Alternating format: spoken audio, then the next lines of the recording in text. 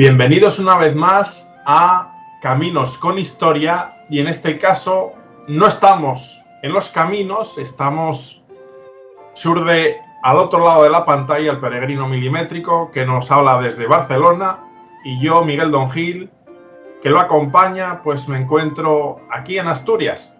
Entonces hoy, ya que no podemos salir a caminar como nos gusta, y como os gusta a vosotros, vamos a hablar de, como hicimos en los primeros episodios, de algún tema en particular. Y hoy específicamente vamos a hablar, o vamos a centrarnos en las peregrinaciones a Jerusalén, que fueron las primeras peregrinaciones en la historia de la cristiandad que se realizaron para visitar los santos lugares, donde pasó la vida Jesucristo y donde también pasó su sufrimiento, la pasión.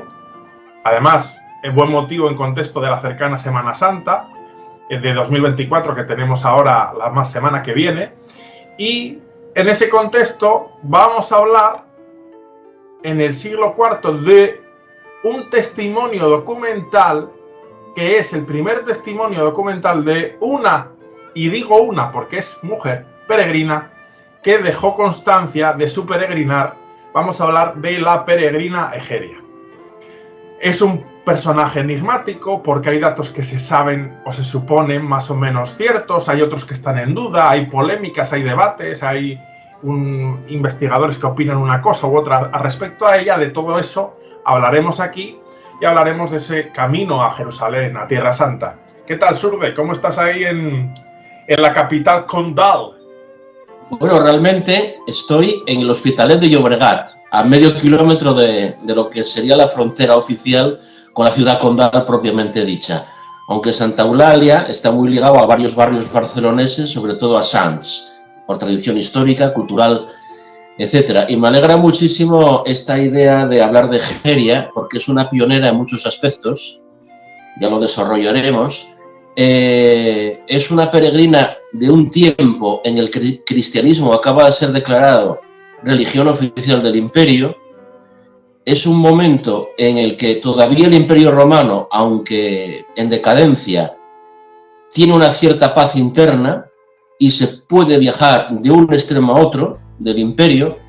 Se supone que Egeria sería de la zona de Galicia o Galaequia, que no es exactamente lo mismo, ¿no? Por un texto posterior de San Valerio que dice que ella salió del extremo más occidental del mar o mar océano, y se supone que sería alguna zona de Galicia o la antigua Galaequia, que comprendía otra. Bueno, estaba el Conventus Lucensis, Conventus Asturicensis, capital en Astorga, y Conventus Bracarensis, capital en Braga, y Lucensis, capital en Lugo. Todavía faltaban pues 300 años por lo menos, o 400, ya fuera del Imperio Romano, ya con el Reino de Asturias, a que se descubriese la que se tiene por tumba de Santiago en Compostela. Y ella va a Jerusalén en un momento en el que Jerusalén se puso de moda, aparte de ser el centro de la Tierra Santa. Poco antes, la madre de Constantino, el que primero promulgó una libertad de cultos, visitó Jerusalén y Tierra Santa y descubrió la supuesta Vera Cruz, ¿no? La cruz la crucifixión de Cristo, y entonces se iba muchísimo a Tierra Santa aprovechando esa coyuntura. Egeria se supone que podría ser, si no de la Galicia actual, tal vez del Bierzo, porque en sus cartas ella escribe estilo misivas. Se refiere a unas amigas, compañeras, hermanas, como de un monasterio o algo parecido. Eso se discute, porque sería una vida monacal todavía muy incipiente.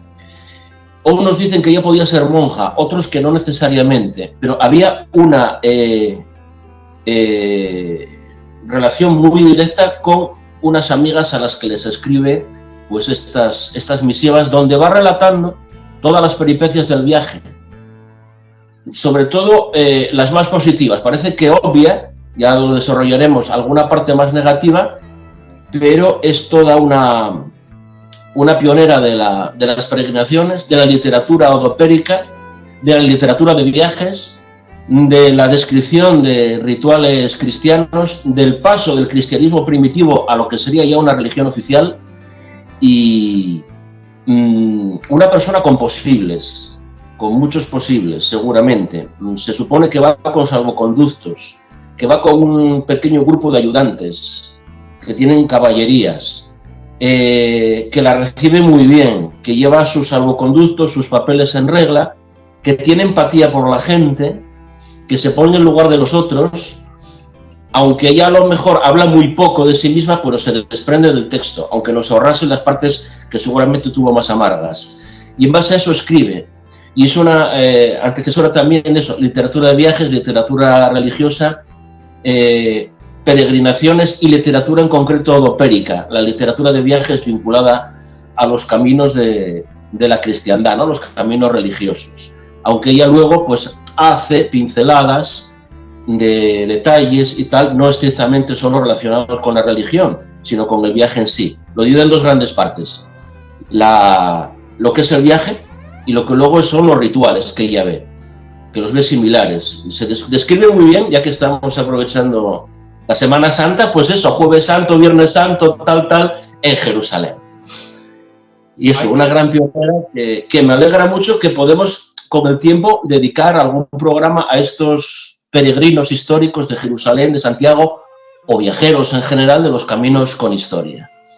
Ya advertimos cuando abrimos este canal que Caminos con Historia era hablar mucho de Camino de Santiago, por supuesto, pero también hablar de otros tantos caminos en la cristiandad, y no solo hablar desde un componente meramente de la actualidad o de que aquí hay rutas mejores o peores, consejos para los caminos, para los peregrinos, sino también entrar en lo que es todas las culturas, tradiciones que hay en torno a los caminos y también hablar de historia. Este es un canal erudito, aunque no lo parezca, por los chascarrillos varios que mi querido amigo Surde y yo nos proferimos de manera continua.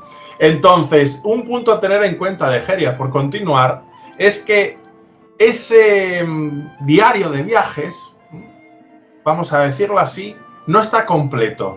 Esa copia que se conserva tiene varias limitaciones. Una, que faltan unas cuantas páginas.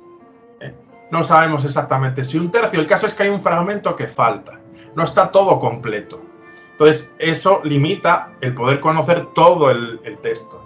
Luego, la copia que se tiene, que es la que se encuentra en el año 1888, creo que aproximadamente, a finales del siglo XIX, es una copia del siglo XI.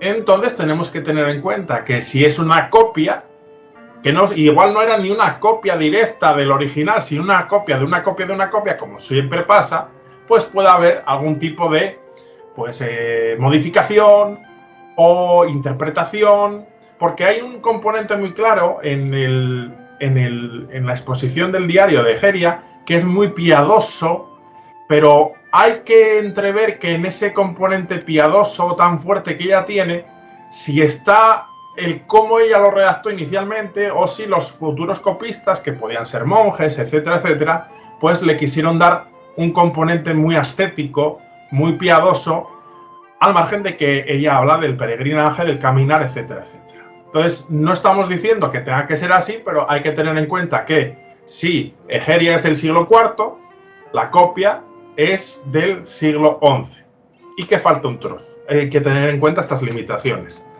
Sí. Pero, por lo demás, es una fuente muy importante porque, como decimos, es el primer ejemplo de literatura de viajes con respecto a las peregrinaciones cristianas. Entonces, es interesante lo que has comentado, Surde, sobre de dónde sería Egeria, porque eso también entra en debate.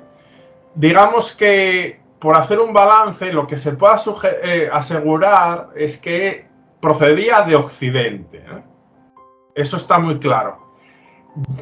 El precisar si de lo que sería actualmente Galicia, si del Bierzo, si de Galaecia en general, es complicado. Digamos que hay varias conjeturas de los investigadores, porque hay que decir que en historia antigua, dado que las fuentes son limitadas, muchas veces lo que hacen los investigadores pues es sacar teorías o conjeturas de lo que hay, sí, a la espera de que haya otros descubrimientos. Entonces sí que sería de Occidente. Se tiene que entender que tenía que ser era una mujer, vamos a decir, rica o con posibles, porque para peregrinar en aquella época había que tener mucha capacidad económica. Y no solo eso, como bien indica Surde, ella viajaba con una especie de salvoconducto imperial por el cual ella no tenía que tener problemas para atravesar todas las provincias. Inclusive ella pudo contar con una escolta militar para su seguridad, esos acompañantes que comentaba Surde, que en algún momento podían ser necesarios, porque no todo el camino era seguro, como podemos comprender. Entonces, hay que tenerlo muy en cuenta. Quisiera antes...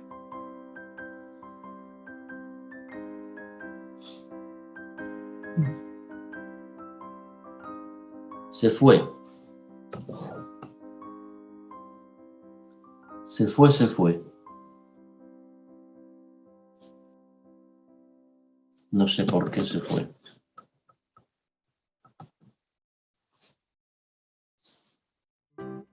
No sé por qué se fue.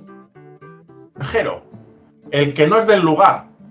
Y en peregrino entraría desde el que estaba viajando, desde el que venía de otro país o de otra región, etcétera, etcétera, etcétera.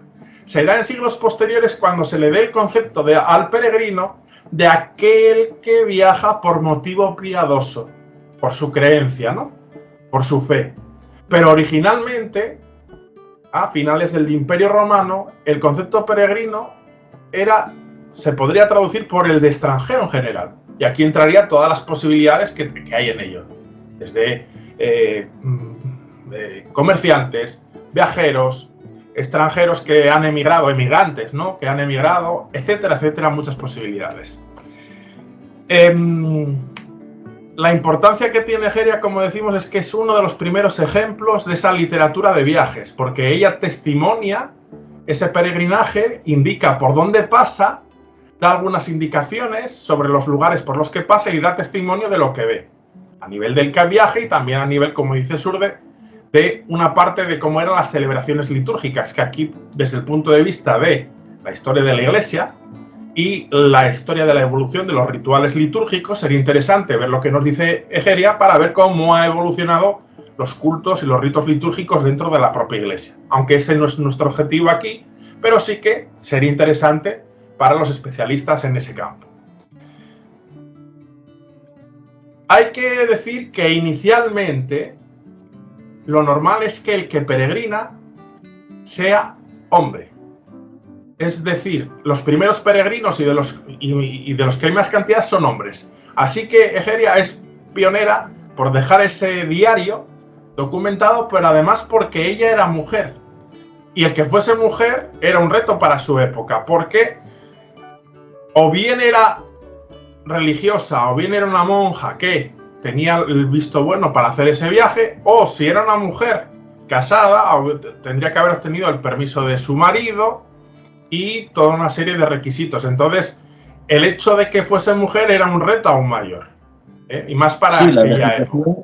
Efectivamente, la legislación romana no era demasiado jovial con las mujeres. Incluso aunque tuviesen posibles, estaban muy supeditadas.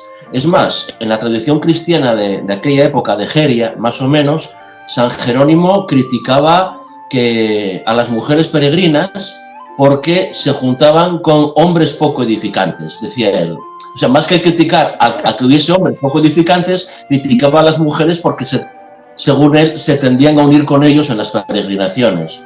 Y luego tenemos a San Gregorio de Nisa, que dice que las mujeres por ahí peregrinando que incitan al pecado, porque entran en posadas, entran en ciudades extrañas, desconocidas. Entonces, más que criticar que alguien vea a una mujer y tenga pensamientos de aquella manera, critica que una mujer peregrine porque incita al pecado, ¿no? Como que la culpable es la mujer solo por estar por ahí paseando en sí mismo. Y eso pasaba en la época de Egeria.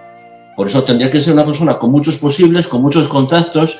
De aquella no había móviles, y cuando ella llegaba a algún sitio, pues seguramente que el señor, el alcaide, lo que fuese, el cargo que fuese, el centurión, lo que estuviese al cargo de aquello, el religiosos o no, pues tendrían que verificar esos documentos. Porque ¿cuánta gente iría por ahí como con documentos, vamos a decir, falsos y falsificados, pidiendo posada, pidiendo buena mesa y pidiendo una serie de atenciones que en aquel momento era complicado. De todas maneras, vamos a insistir en que había todavía bastante Pax Romana.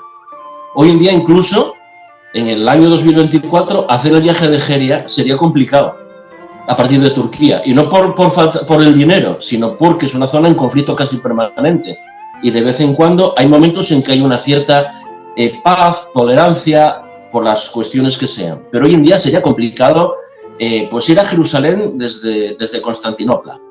Y después meterse en Jerusalén, tenerlo de base, ir a Egipto, ir a Sinaí, ir por la costa, por el interior, hoy en día sería complicado.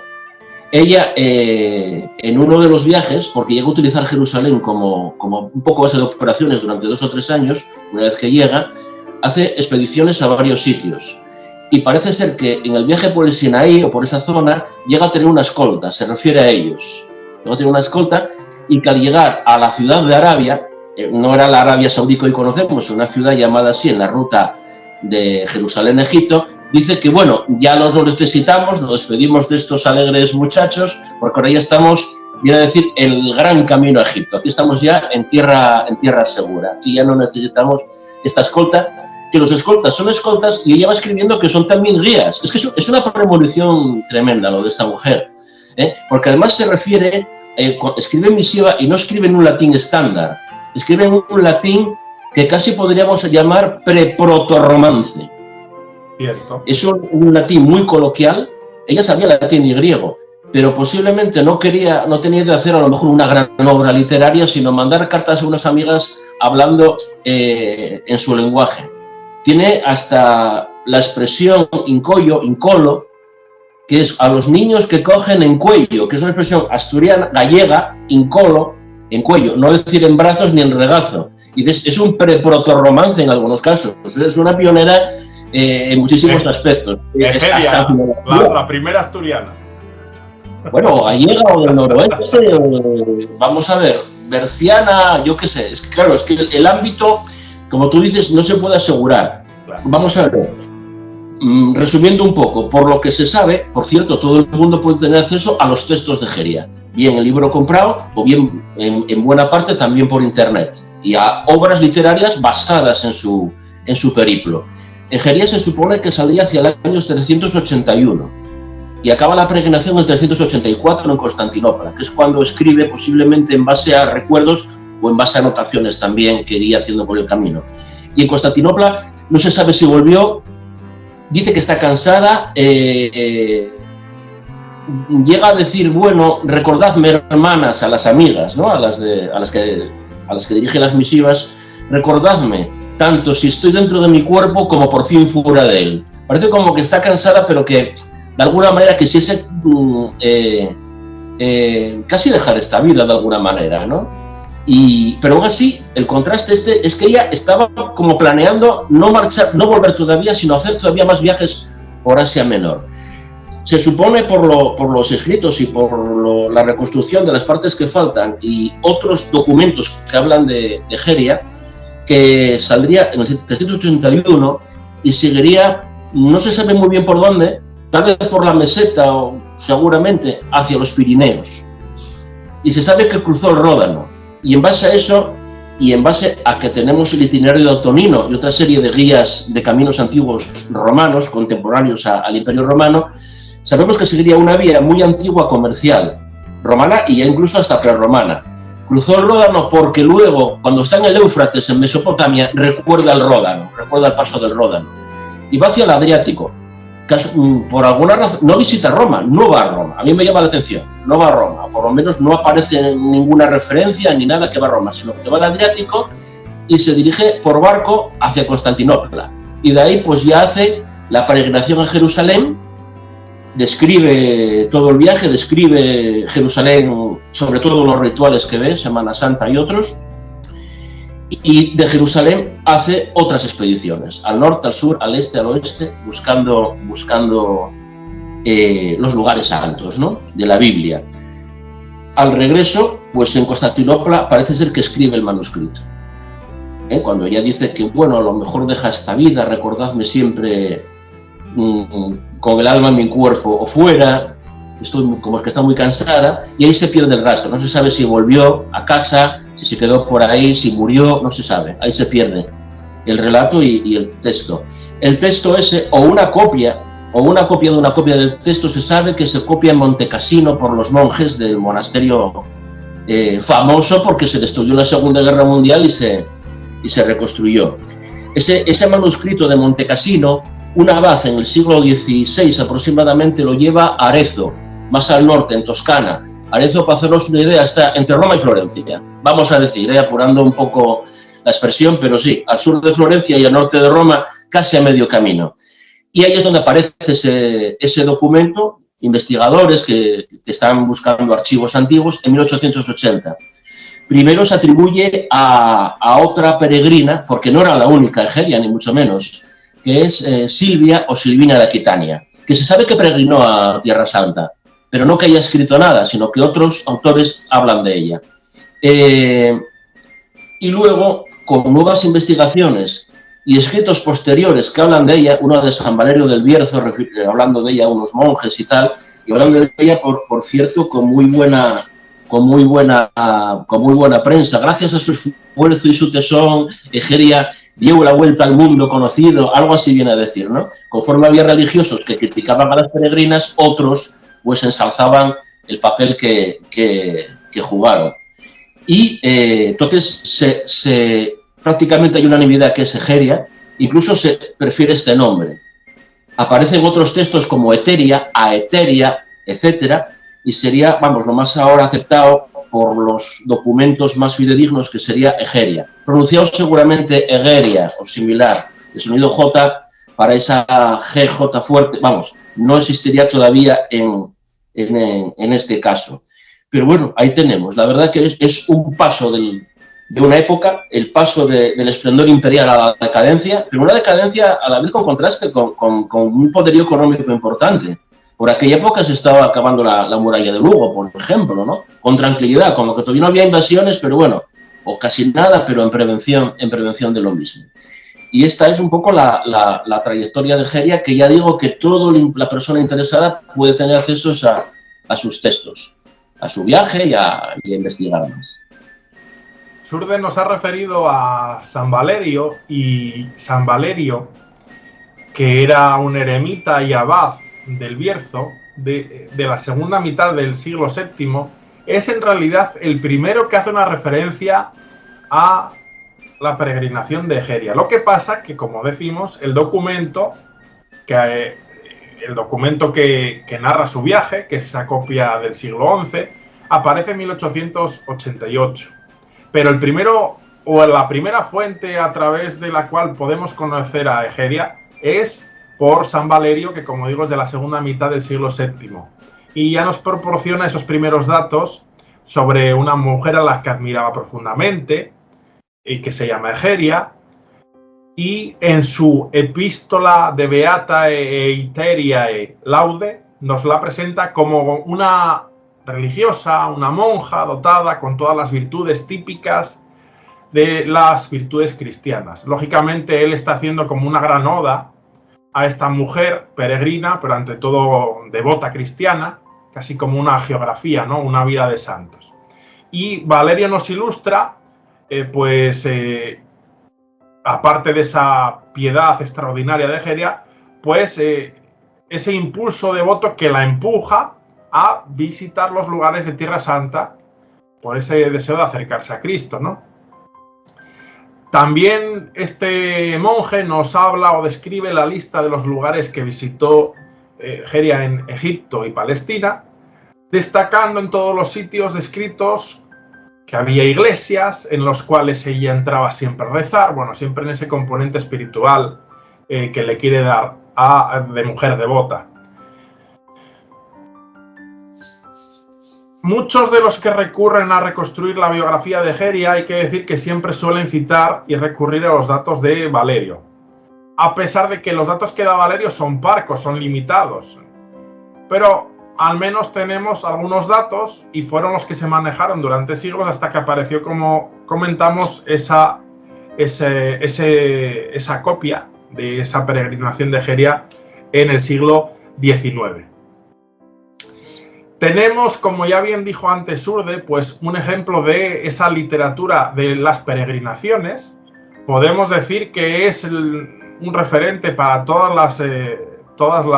esa literatura de viajes que van a venir posteriormente, en siglos posteriores y hasta la actualidad, porque leyendo esas misivas que no parece ser que ella las estuviese escribiendo para que fuesen de algún modo difundidas o publicadas, ella las escribía, anotaba en ese diario de viajes dirigidas a esas hermanas, amigas o lo que fueren, y por eso también van redactadas en un latín o un protorromance coloquial, porque lo que ella quería era plasmar rápidamente lo que quería recordar. Es como si nosotros hacemos un viaje o hacemos el Camino Santo,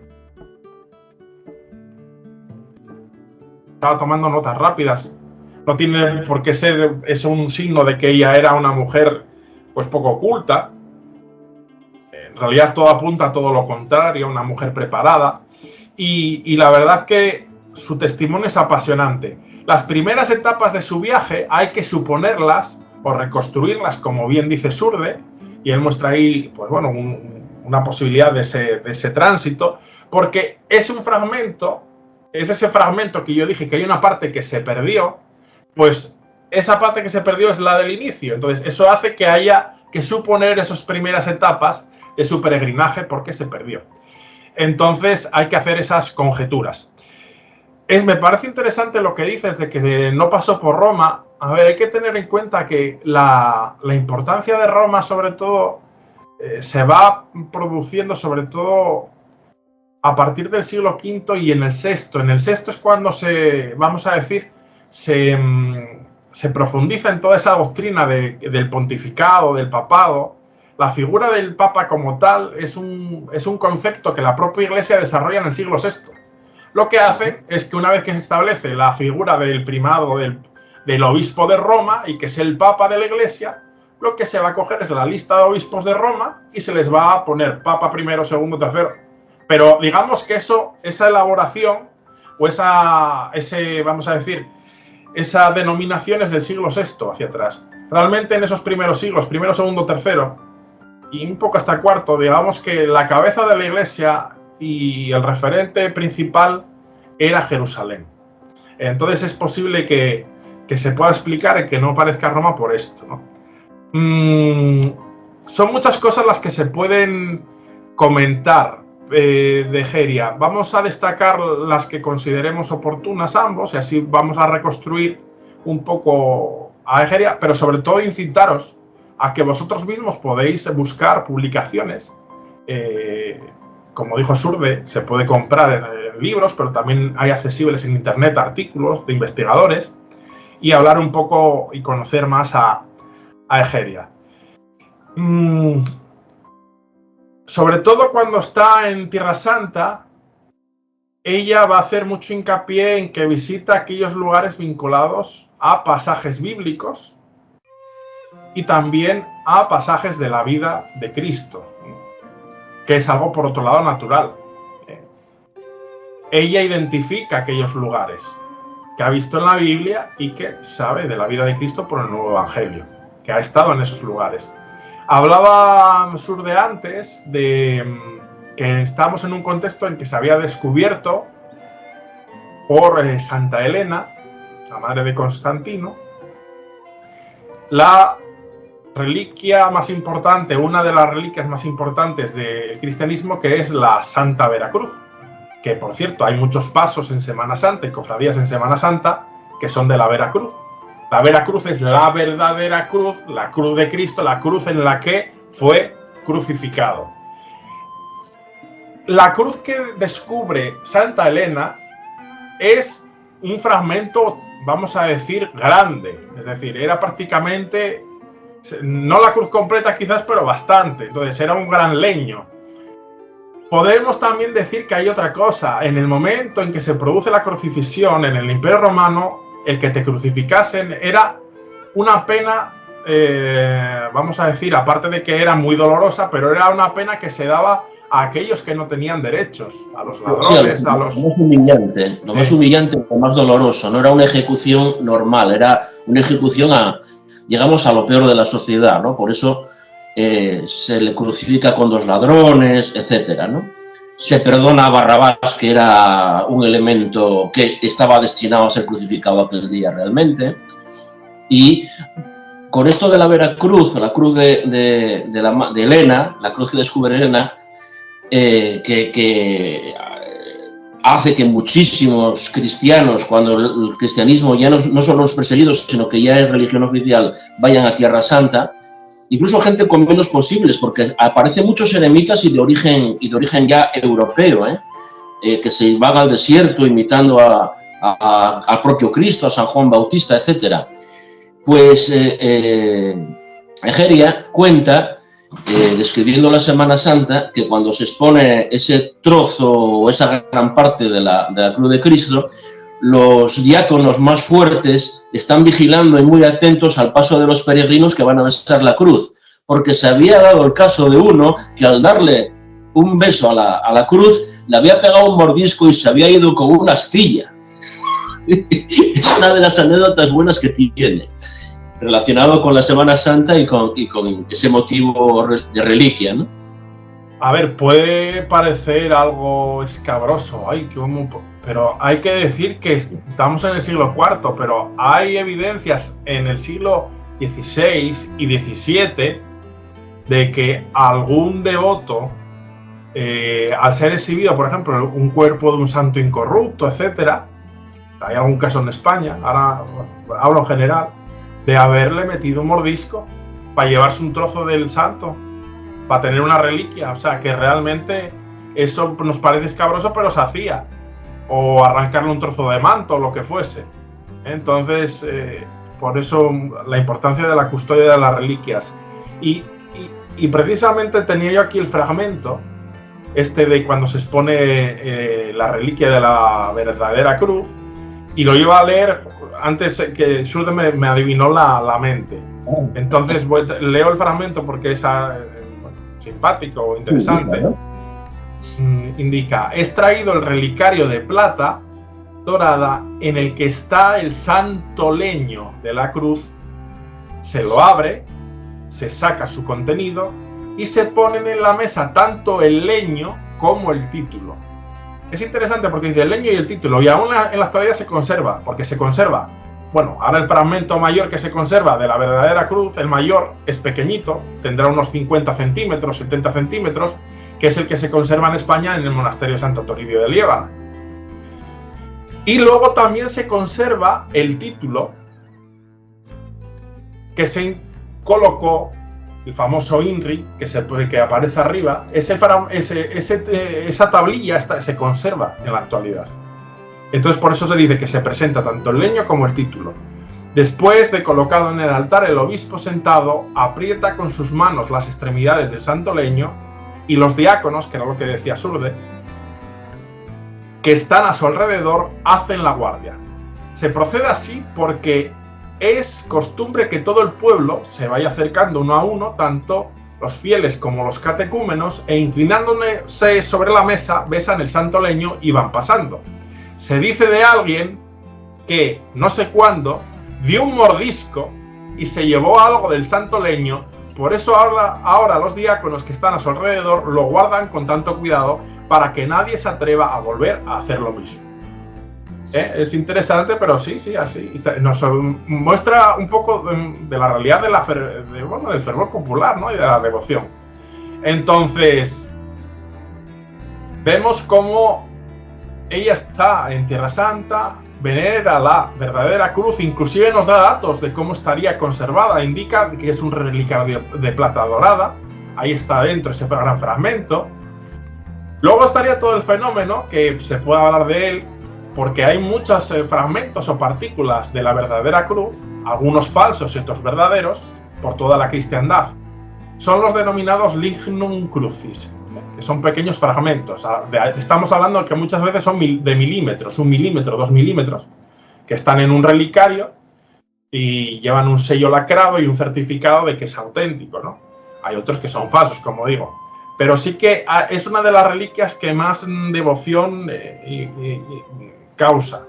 También luego están otras de las reliquias insignes o más importantes, son la de la corona de espinas. Por ejemplo, en la catedral de Notre Dame en Francia, a pesar de que ardió, se pudieron sacar las reliquias en el siglo XIX, iba a decir, en el año 2019, cuando fue el incendio, y se conserva la corona. También luego hay lugares, por ejemplo en Asturias, yo sé que se conserva en la catedral, creo que en el Arca Santa se conserva alguna espina. Luego podemos entrar en el debate de cuáles son auténticas, cuáles no, etcétera, etcétera. Lógicamente es más difícil ver la autenticidad cuando las reliquias son más antiguas, de los primeros siglos de la cristiandad, pero bueno, sobre todo ahí se ve un poco la cadena de custodia, ¿no? Ver dónde estuvo atesorada esa reliquia, ver si está documentada a lo largo de la historia, etcétera, etcétera, y así se puede entender que una reliquia es auténtica o no. En cualquier caso, en otras reliquias, que sean a veces verdaderas o no, el hecho de que haya una devoción tan importante a su alrededor durante siglos ya es por sí relevante. Por ejemplo, luego tenemos otras reliquias importantes como son el Santo Sudario, que lo tenemos en la Catedral de Oviedo, o, por ejemplo, la Sínode de Turín, que es la sábana, ¿no?, que cubre todo el cuerpo de Cristo, todo ensangrentado, y que también se conserva. Entonces, son testimonios muy importantes de la cristiandad. ¿Qué más podemos decir de Egeria? ¿Quieres incidir en algo ahora sobre? Me estoy acordando de nuestro amigo Guillermo de Braga, sí. Cómo había sus problemas con las reliquias. Los de Braga dicen, no lo tengo aquí para comprobar, que hay reliquias de su catedral, de la antigua sede de la Galaequia bracarense, el convento bracarense, que se llevaron a Santiago. Porque Santiago de Compostela, de alguna manera, aunque ahí se descubrió lo que se tiene por el sepulcro de Santiago y sus discípulos, sí, no tenía mucho más. La sede estaba en Iria Flavia, y entonces como que Santiago en algún momento dado pues quería coger reliquias de aquí y de allá para, o eso dicen, para, bueno, asentar aún más las peregrinaciones, ¿no? Para que aquello no se olvidase. Y la verdad que es un tema interesante, y ver cómo Egeria, ya le digo todos los nombres, ¿no?, va buscando las reliquias en Jerusalén, los lugares santos de Jerusalén, pero por otras partes. Se sabe por lo menos de 4 expediciones. Ella se queda en Jerusalén, donde, por cierto, coincide con más peregrinos y con otra peregrina de posibles, Mardana, escrito con TH, Martana, a la que vuelva a encontrar en Constantinopla, casi que digamos al regreso. Y es interesante porque se sabe ya de 2 o 3 peregrinas precedentes a ella, nombradas por otros textos. Es un tema interesante porque no era la única, solo que fue la pionera en escribir y en relatarlo de una manera tan comprensible, tan humana y tan deliciosa, que es, dicho por Méndez Pidal, pues es la primera escritora española con mayúsculas. Es la primera, es una referente impresionante. Y Pidal todavía lo estaba diciendo en un momento en que el papel de la mujer, incluso en literatura, para qué vamos a hablar cómo se consideraba, ¿no? Hace una expedición, por lo menos, hacia Tafnis, hacia Memphis, al desierto de Tebaida, que ahí hay muchos eremitas, viviendo en cuevas, que la reciben a ella y a su séquito, que no creo que fuese demasiado numeroso, salvo cuando llevaba alguna escolta. También va a Samaria y va a Galilea, claro, visita el Monte Tabor, el lago Tiberíades, y todo eso se recogió supuestamente en la parte inicial del manuscrito, la parte desaparecida. Pero como se refiere a ello posteriormente, y hay otras noticias, luego aparecieron como alguna página suelta de alguna copia en otros lugares. Y la tercera expedición, sabemos que es cuando va al monte Sinaí, va a la antigua ciudad de Arabia, y a través de la región de Gesén regresa a Jerusalén. Y después hay una cuarta expedición, Jerusalén, Río Jordán, allí Musa, Monte Nebo, y va hacia otros lugares bíblicos de la zona, regresa a Jerusalén. Ella va a Mesopotamia también, ella quiere seguir la ruta de Abraham, el gran padre. Pero ahí están los persas, no se puede meter todo lo que ella quiere. Lo del imperio persa es simpatiquísimo, lo voy a decir un poco por encima. estaban tanto dándose abrazos como a leña con los romanos. Y Roma intervenía en Persia. De hecho, alguna vez ocuparon gran parte de su territorio. Tigris y Éufrates, Persia mucho más grande que el actual Irán, ¿no? Persia que se reconstituyó varias veces como imperio. Date cuenta de que con Alejandro aquello parecía que seguía desaparecido, dividido entre varios, pero como que lo conquistan, se persifican un poco o mucho. Y en aquellos momentos Roma intervenía en Persia porque más que ocupar todo ese extenso territorio le convenía como tener aliados, ¿no? Y entonces, como siempre había alguna pelea dinástica, los romanos apoyaban al partido más pro-romano para cambiar de rey en Persia, pero por dinámica histórica, el nuevo que colocaban a los pocos años se convertía en tan antirromano como el anterior, y otra vez estaban en guerra. De hecho, creo que de los dos únicos emperadores romanos que mueren en batalla contra el enemigo, no digo por muerte violenta, que ahí tenemos hasta César, ¿no?, sino contra el enemigo en batalla, uno por lo menos es contra los persas. Y mira que Roma tuvo emperadores de todo tipo y categoría. Uno de ellos contra los persas. Entonces, pues, por dinámica histórica, Persia o estaba en guerra o no estaba de buen rollo con los romanos.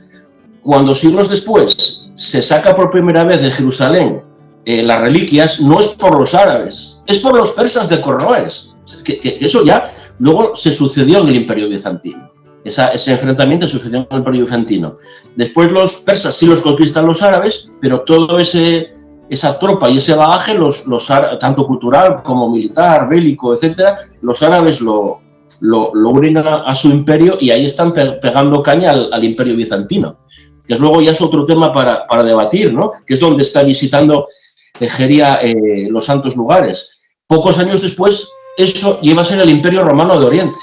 Egeria supuestamente visita todo eso en el 381, 384, pues en el 395 el imperio se divide definitivamente y eso pasa a ser el Imperio de Oriente, que para unos es un imperio en sí mismo, otros lo incluyen en la historia del Imperio Romano y para otros investigadores simplemente es la recuperación del Imperio Helénico, cristianizado luego a la manera ortodoxa, pero que es un imperio más helénico que el romano. De hecho, el griego llega a sustituir al latín como idioma oficial en lo que sería Bizancio, Constantinopla y su imperio. Y este es el escenario en el que se mueve Egeria, o Eteria, y este es el escenario por el cual no puede pasar a Mesopotamia, o no todo lo que ella quiere, porque hacia el Éufrates y tal puede ir, pero llega un momento en que no puede pasar porque ahí están los persas.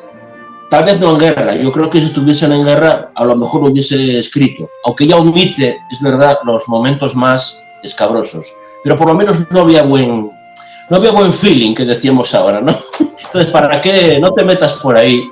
Que ahí igual sales escaldada porque los persas no son joviales con los romanos y sus aliados, enviados, etcétera. Hay una cosa que quisiera hablar de la forma de redactar y de los detalles que se fija Egeria. Ya hemos dicho algunos, habla de las iglesias que se visitan, de las celebraciones litúrgicas, pero desde esa literatura de viajes y del peregrinaje, que esto le gustará a Surde, como peregrino milimétrico, de esa larga peregrinación va contando, por ejemplo, vamos a ver estos detalles precisos, las distancias a través de las mansiones o estaciones o etapas, podríamos traducirlo, lugares marcados en las vías de comunicación y separadas por el tramo que se podía recorrer en una jornada. Es decir, que lo que tenemos en el Camino de Santiago ahora no es un invento de hace pocos siglos, sino que viene desde los inicios de las peregrinaciones. Ella marca esas etapas o estaciones que se pueden recorrer en una jornada e indica esa distancia. También... No, es muy interesante. Sí. Por ejemplo, las mansio serían como si fuesen los paradores o los hoteles buenos. Luego había establecimientos menores, un día hablaremos de ellos, no me acuerdo el nombre ahora. Había algo parecido a lo que sería pensiones y había algo parecido a lo que sería como un albergue, incluso un albergue para más pobres. Y también se alberga en sitios como, digamos, de acogida tradicional, que serían hasta cuevas de ermitaños o casas de ermitaños, que los visita con asiduidad, ¿no?, en todas las expediciones. Incluso algo parecido a lo que llamaríamos los monasterios, que sería incipiente. En Oriente ya estarían existiendo, en Occidente es más discutible, aunque hay varios autores que dicen que la vida monacal en Occidente, y sobre todo en gran parte, parece que está relacionada con las villae agrícolas romanas. Es donde primero aparecen grupos cristianos, en torno a una villa, normalmente, grupos, ya no, según algunos autores. Y ahí en ese contexto, pues muchísimo así debate de por qué aparecen de repente los grupos cristianos en Occidente más asentados en villae agrícola. De hecho, ahí cerca de Gijón tenemos veranes, pero hay muchísimos más, ¿no? Incluso en la zona de Britania, Galia, etc. No te interrumpo. Eso que dices es interesante porque vamos a ver cómo era la evangelización o la cristianización en el imperio. Un imperio romano que era eminentemente urbano. Entonces, se seguían las vías de comunicación del imperio, se evangelizaba y se asentaba. Esta era la idea de San Pablo, que era muy estratégico en ese sentido. Si tú te centras en las grandes poblaciones, tu mensaje se extiende más rápido, entre más personas, fundas una nueva iglesia y continúas. Y es más fácil que se extienda ese mensaje porque hay mucha población junta. En cambio, en las zonas rurales, pues está la población más dispersa. Entonces, inicialmente la evangelización y la cristianización, si nos fijamos, las grandes iglesias, luego sedes de obispados, etcétera, son en las principales capitales del imperio, las grandes ciudades. ¿Qué pasa? Que el fenómeno eremético, que es en Oriente, que es el antecedente de la vida monástica, son esos ascetas que se van por querer vivir una vida apartada del mundo y seguir vamos a decir, lo más fielmente la vida de Cristo. Se van al desierto y solos viven en cuevas y viven una vida totalmente austera y totalmente pues de penitencias, ¿no? Porque sin ningún tipo de vida cómoda ni nada por el estilo. ¿Qué es lo que ocurre? Que esta vida eremítica, una vez que se va extendiendo, van a empezar por zonas o por territorios, aunque viven separados, pero se van a empezar a organizar grupos de estos eremitas y van a adoptar una regla, una norma de vida. Llega un momento luego en este proceso que luego van a tener unos usos comunes, una iglesia donde van todos a recibir la Eucaristía o una zona de atención, etcétera, aunque siguen viviendo separados. Un paso más allá es luego ya la vida monástica. El gran adalid de la vida monástica en Occidente es San Benito, que en su regla adapta todas estas reglas orientales anteriores y hace el monacato benedictino. Entonces la Iglesia, cuando se produce la caída del imperio y cuando surgen todos estos reinos de germanos, por no decir bárbaros, que era la mentalidad del imperio, ¿no? Son bárbaros porque no vienen de la civilización, de la cultura, entonces son bárbaros. Serían los pueblos germanos, que son de asentamiento eminentemente rural. Se hacen muy útil las reglas monásticas y las órdenes monásticas para evangelizar en un territorio eminentemente rural, que es la vida que le gustan a estos nuevos pobladores, a la caída del imperio. A eso se debe. Y quisiera decir que Egeria también alude en ese peregrinaje que ella va haciendo, esas paradas que hace, también se alude a edificios que ya existen para albergar a los viajeros. Unos podrían ser hospitales, una especie de lugares de atención física, espiritual. También se indica que disponían de agua, ella lo indica. Y también incluso en ciertos casos podían tener baños. Eso algunas veces ella lo indica. Y suele referirse también a los días que empleaba en los traslados. Y con frecuencia también hace referencia a los sistemas de traslado que utilizaba. A veces utilizaba el caballo, otras veces el camello, otras veces... Bueno, los fundamentos de las que son las peregrinaciones más importantes en la actualidad. Las peregrinaciones a Santiago. Aquí tenemos una guía de viajes. Y además tenía souvenirs, tenía los recuerdos de viaje. Si no hay nada nuevo, está inventado. Ella cuenta que a veces, como souvenir, le regalaban una piedra, y lo agradecía mucho, una piedra un poco bonita que había por el sitio donde ella visitaba, o característica. Para ella, pues como ahora, como los viajeros de ahora que se llevan también una piedra o una inscripción. También También reliquias. Aceite en frasco o en recipiente o en cuenco, lo que fuese, un dulce, una fruta de aquel oasis o lo que hubiese o de aquella zona peculiar, pues ella como que lo agradecía muchísimo. Y además era piadosa, pero tenía retranca y tenía un poco de espíritu crítico. Ella está por la zona de ¿cómo se llama? Sodoma y Gomorra y todo esto, ¿no? En ese momento los acompaña un obispo que hace de guía, ¿no? Y cuenta que el obispo les narra la historia de la mujer de Lot convertida en estatua de sal. Y que ellos estuvieron buscando luego a ver si había por ahí algún resto de sal de la estatua o algo, y que decía ella, escribe, no encontramos nada, ¿para qué nos vamos a engañar? En cuanto hablabas de que a veces le daban como obsequio pues, algún alimento del lugar, etcétera, ella se refiere también y deja referencia al tema de los víveres, de lo que consume. Los víveres que le ofrecen en los monasterios en los que acude. Destaca, por ejemplo, las eulogias, término que quizá describa a las manzanas de manera especial. Cita, por ejemplo, aquellas manzanas que le fueron recogidas en el huerto, que era considerado por la tradición el huerto de Juan el Bautista, y que le ofrecieron para que continuase su viaje. Entonces son, pues, vamos a decir, evidencias muy interesantes de la alimentación, de lugares históricos, etcétera, etcétera. Eso comentaba Surde de esos souvenirs, a veces eran reliquias de santos.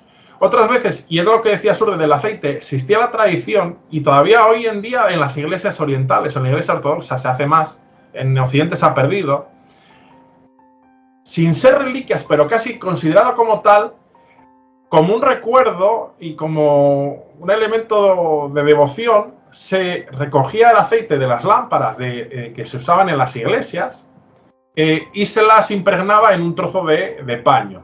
Y ese aceite impregnado en el aceite que se usaba en la iglesia se llevaba como un recuerdo y se entendía que tenía algún tipo de poder, pues, ¿no? Taumatúrgico, etcétera. Y eso era una cosa común. Era prácticamente una reliquia, se le atribuían curaciones, sanaciones, milagros, buena suerte, etcétera. También contra los males espirituales de ojo o de algo, y luego aparecen esos regalos o esas semirreliquias o copias o lo que fuese, aparecen por aquí y por allá, en toda la cristiandad, en todo el orbe. Y además ella dibujaba. Lo que pasa es que no se conservan los dibujos. En el texto dice, y aquí hicieron una iglesia tan bonita como esta. O sea, ahí había un dibujo o una pintura. Lo que pasa es que en la copia que nos llegó a nosotros, la fundamental, la de Montecassino, solo está el texto. Y además, no es solo en el libro ese de Montecassino, no aparece solo el viaje de Egeria, sino que aparece previamente una especie de himno de otro santo cristiano, una especie de otros textos diferentes, como que los compilaron en un solo libro. Pero bueno, la maravilla es la parte de Egeria, que ya te digo que existían precedentes de mujeres peregrinas anteriores de las que existen datos. No escribieron, o si escribieron, no tenemos noticias de ellos ni nos llegó ningún texto. De hecho, a Egeria se la llega a confundir por ejemplo, con la que ya comentamos, con Silvia o Silvina de Aquitania. Y, por supuesto, Mardana la cita en Constantinopla como que se había hecho amiga de ella en Jerusalén y habían compartido, pues vivencias. Es un antecedente también para la literatura feminista, o así se reivindica en muchísimos casos, un antecedente para la literatura piadosa, porque en el momento eso, que el cristianismo ya no tenía que esconderse tanto y además ya era oficial y se podía uno explayar más extensamente sobre rituales, sobre costumbres, sobre textos sagrados, lugares, etcétera, etcétera, etcétera. Y también, pues, un antecedente de los libros de viajes y aventuras, si quieres decir, y un antecedente filológico de cómo estaba evolucionando el latín no estándar, porque es una maravilla que lo escribió en el estándar. Si hubiese querido seguramente escribir una obra perdurable realmente, hubiese escrito en el estándar, pero estaba escribiendo en el coloquial y aparecen esos términos que chocan bastante con el latín, digamos, oficial. Entonces, para los filólogos, otra maravilla de maravillas. Y me alegra muchísimo pues haber escogido a Egeria, porque puede ser un antecedente para hablar de personas vinculadas a estos caminos con historia. Cierto, y comentabas muy bien que no es que en aquella época fuese peligroso hacer el camino a Jerusalén, sino que en la actualidad, por la historia que ha tenido convulsa, Oriente, pues es una zona, Oriente Próximo, complicada. Sabemos de todos estos episodios, de que hay enfrentamientos, etcétera.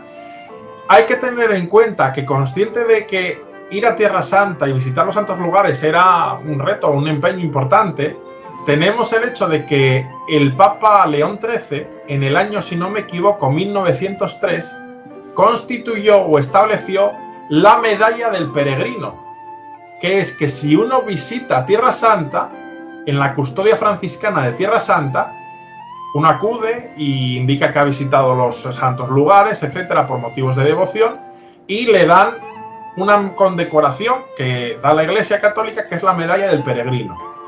Y esta se establece en 1903, si no me equivoco, y aún en la actualidad se mantiene. Y esto no es muy conocido por la gente que visita. Lógicamente se puede haber ido en avión, no pasa nada.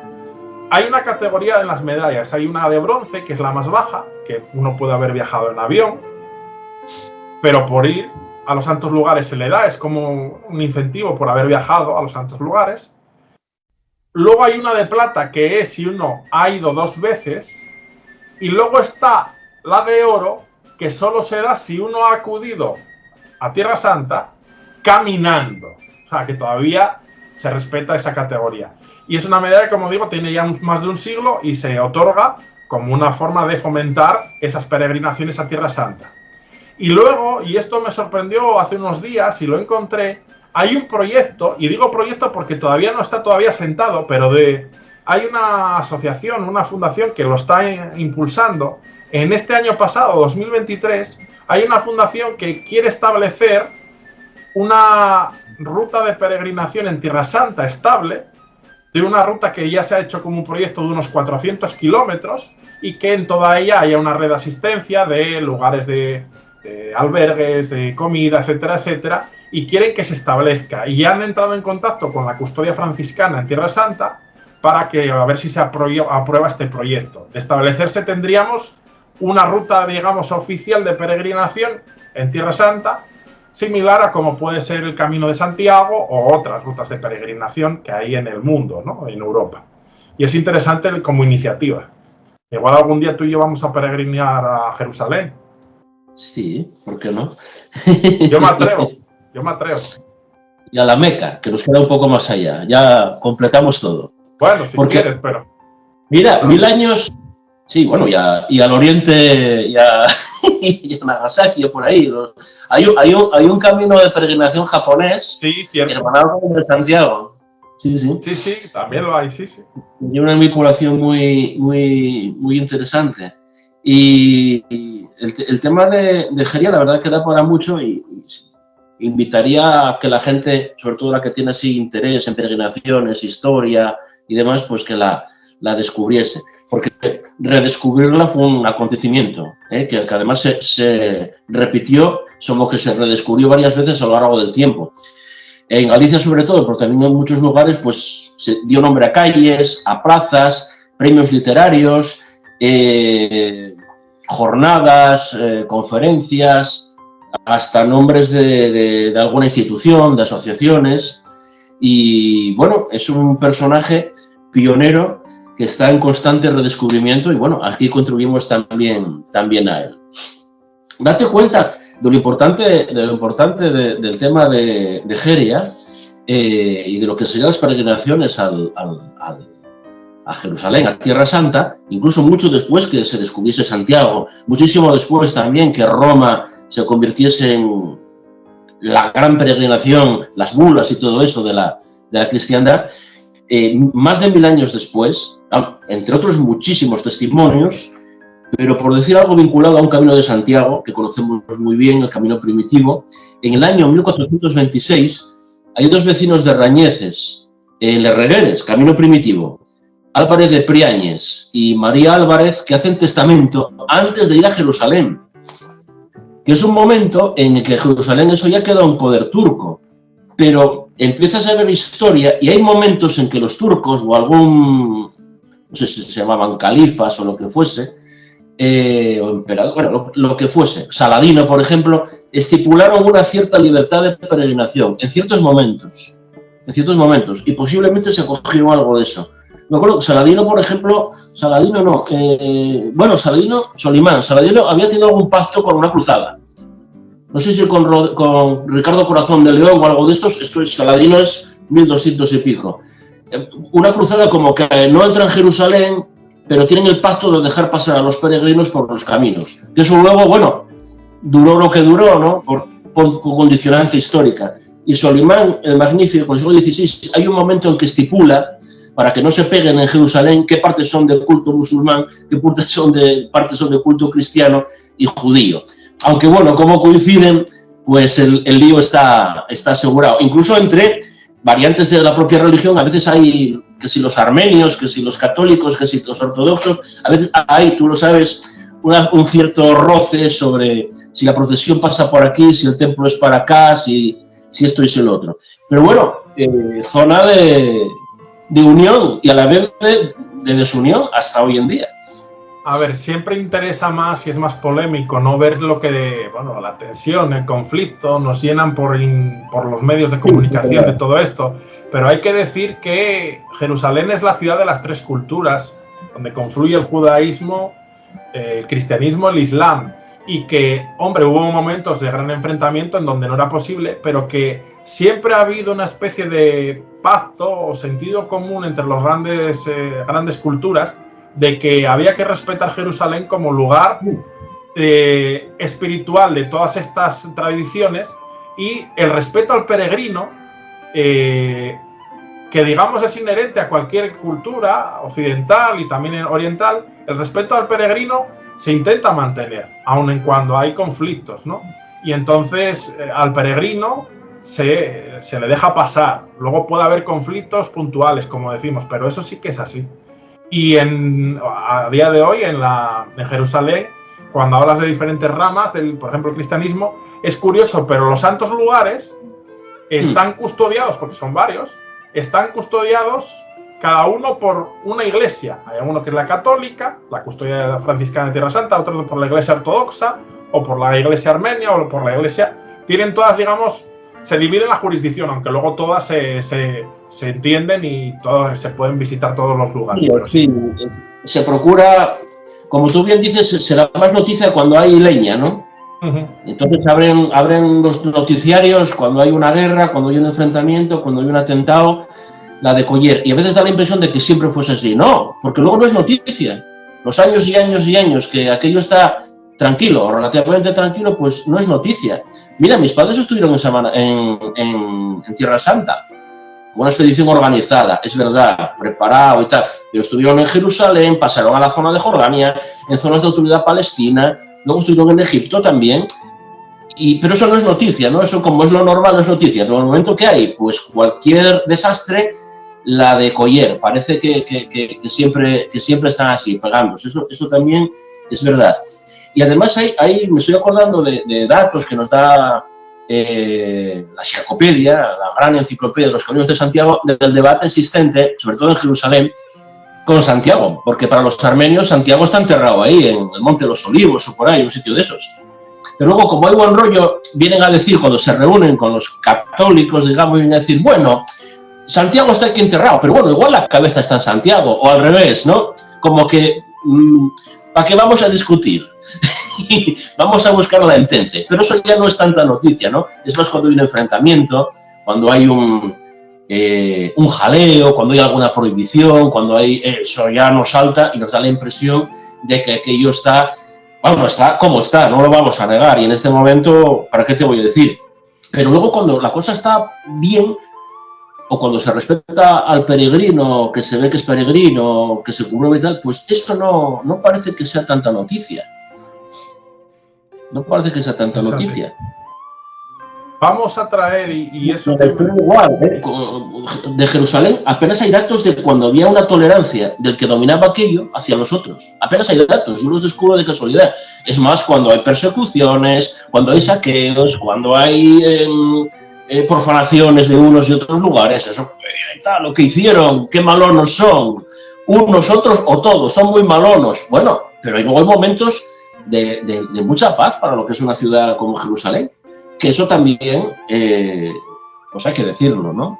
Tiempo habrá, y ahí lo tenemos, de cómo está todo ese territorio. Has hablado también de la tradición de Santiago, que hay diferentes ramas cristianas que dicen tener los restos y luego que hay un cierto entendimiento a veces. Sobre ese tema y la tradición del sepulcro a Santiago, traeremos, no voy a desvelar el nombre, pero relativamente dentro de poco, a un gran especialista en historia medieval, y hablaremos con él sobre esa tradición y sobre las evidencias y los documentos relativas a Santiago Apóstol y Santiago de Compostela. Pero no digo el nombre para que sea sorpresa, eso será en próximas semanas. Y bueno, Surde, yo creo que estando en Jerusalén y hablando de la unidad y del respeto y la tolerancia entre los peregrinos, las culturas, los pueblos, creo que podemos despedirnos aquí, y tengo ganas ya de que estés de regreso para seguir nuestros caminos y nuestros proyectos. Cuando vengas te abrazaré en esta paz de las culturas. Muy bien, igualmente desde aquí, desde Cataluña. Además tenemos por ahí alguna sorpresa, aparte de esa, otras pendientes, ¿eh? Muy bien. Continuamente seremos noticia.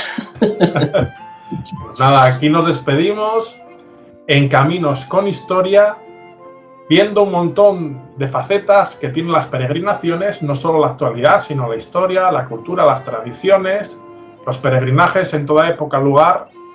Yo creo que este es el sentido que tenemos.